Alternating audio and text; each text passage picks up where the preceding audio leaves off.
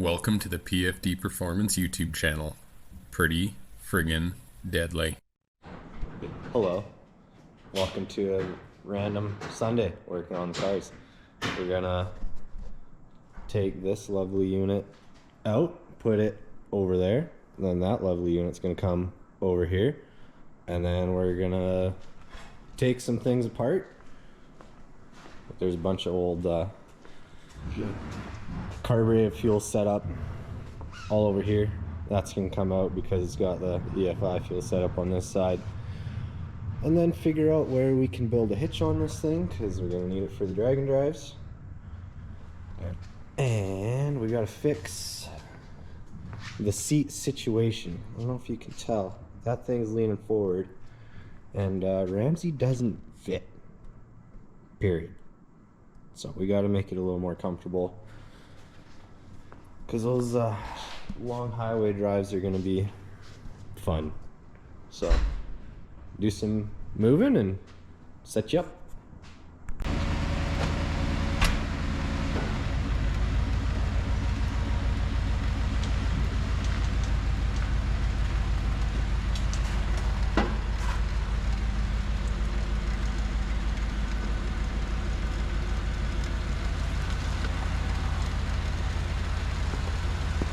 You know what I was just thinking? What's that?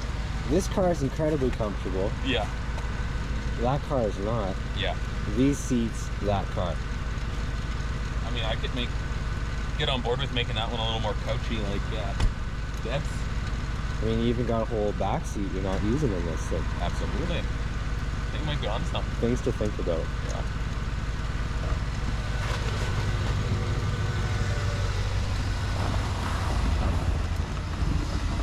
Hopefully the Opel gets through all the snow and ice just fine. Perks of living in Canada.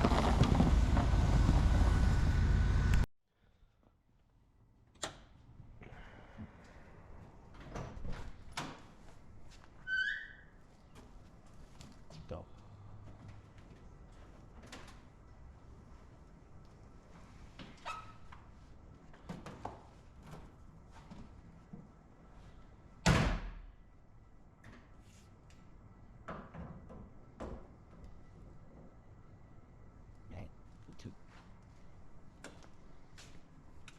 Remember how to start it?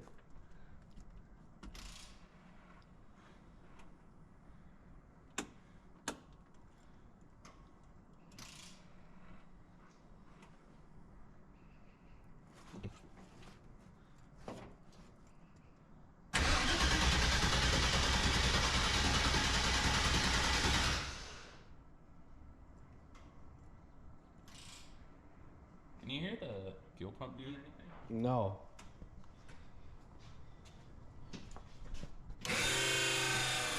There it is. That should work.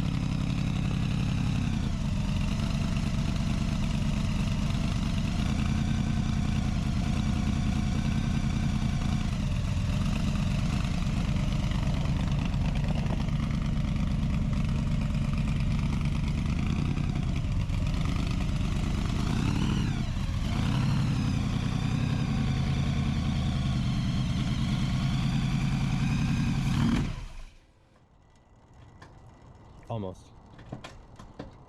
Now need work on the tune. Yeah. I'm sure you guys can hear it. We discovered a slight little mist.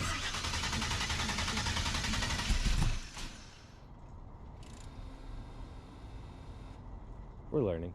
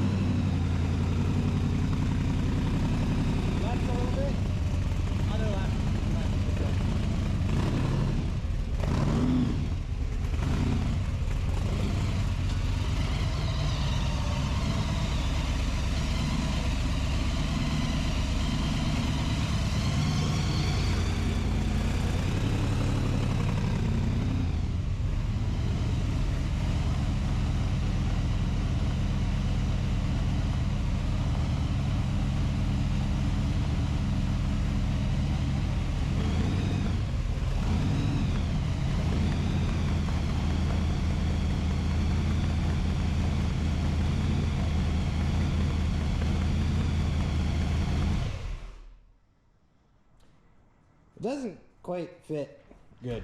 A little too narrow? Yeah, and I didn't think about the jack until after. You'll probably have a little giggle when you see this. I mean, that one's probably more than half off, and this one's more than half on, so it balances out. Yeah, I didn't think about the jack. Oh.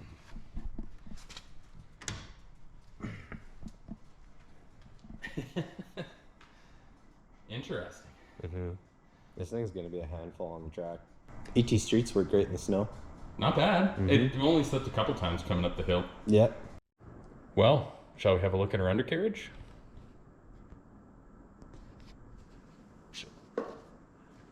Classic Canadian Tim's Cup.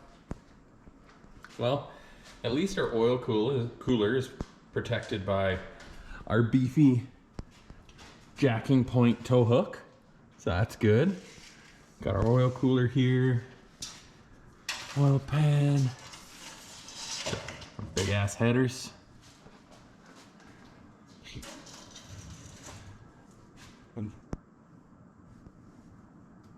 Probably have to just go through and just nut and bolt check this thing. It's sat for so long. But here we've got a nice little channel. It's all set up for running the hard fuel lines. Just nice. And the battery cable runs alongside it. And if we wanted, there's room for something on the outboard side. Don't have anything to go there yet. Here we've got our little master cylinder. Line lock. Don't just.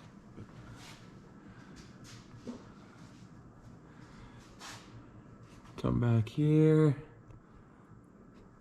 Little 4-link setup. Coilovers up there, battery. Surprisingly, the drive shaft's longer than I thought it would be.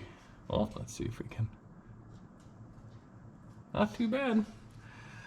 We had been talking though, maybe going with the gear vendors just to try and help this thing RPM a little better on the highway. Bring her down, I think 600 roughly, 500 RPM. But I think that's gonna be a big process. I'm guessing up front there's probably a drive shaft loop and Yeah, there's another one. yeah, probably right behind the U-joint. Yeah, it's right there.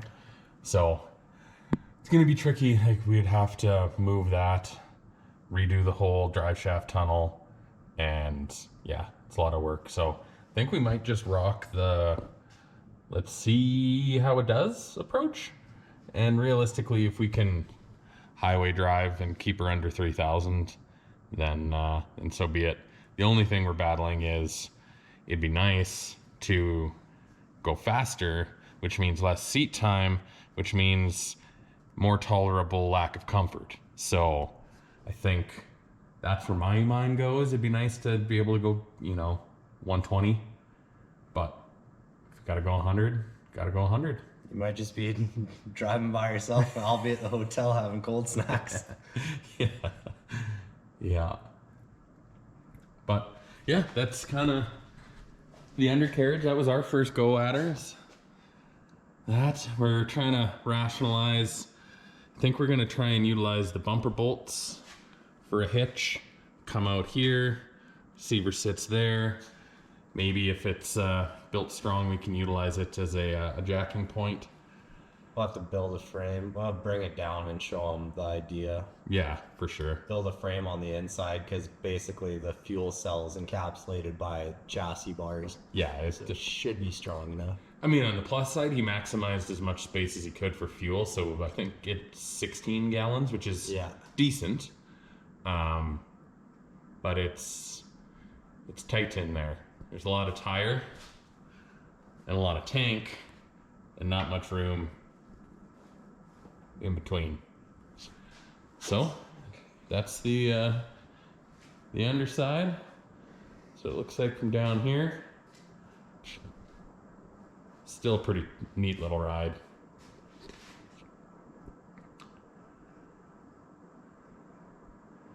And for everyone that says the wheelbase is so short, I just measured it and it's like 96 and a half. yeah, guess what a C4 Corvette is?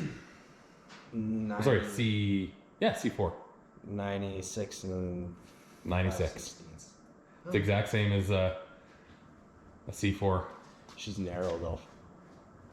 Yeah, that's the only tricky spot is the narrowness. And you'll see here, tire can't really come out any further if we want to keep the 31. So it's either go smaller or do some body work. And we could maybe look at essentially extending this flare all the way to the bottom, which wouldn't look bad, and it would buy us a little bit more room, but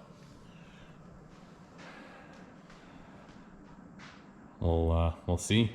So I think what we're gonna do is we're gonna move this jack because we can't slide it past the tires. So we'll move the jack, take the pressure off of these. We'll lower her down. We'll show you the trunk area, and I think we're gonna start trying to rip out the seats just so we can figure out how to make it a bit more comfortable. So we'll get after it and we'll get back to you. Well, here's the back. It's mostly fuel tank and wheel tubs. This obviously, as we mentioned before, had the dual carb setup. So here's the carb fuel pump. Had a hard line run over to here, and then that used to connect and go up. We don't need that no more, so we're going to try and take that out. And I think what we're going to try and do here is there's the bumper bolt there, bumper bolt down there. This is a big chunk of steel that's kind of carried out to guessing it's just almost more of a protection for a tire coming apart, because I don't see anything else attached to it. So I think our thoughts were try and build a bracket that catches these two bolts. There's a flange here welded to the chassis, so we try and catch these two holes, tie it into these holes, and then essentially sandwich the body back here between those two sets of bolts for a hitch. Works out to be at a really good height for towing and for the parachute mount. Keeps everything behind the tank. So I think that should work pretty good. It's just a matter of executing. So I think we should find something to put the fuel into and just like gut the back. we could. Because like if we're gonna be, well, everything's gonna be bolted and there shouldn't be any welding. Yeah. But it'd be nice to just clean up wires too. Yeah. And it'd be easier to jiggle jaggle brackets in there. I mean, there's a few plugs to be able to do it. It's just a lot of fuel, because I think It's full. I just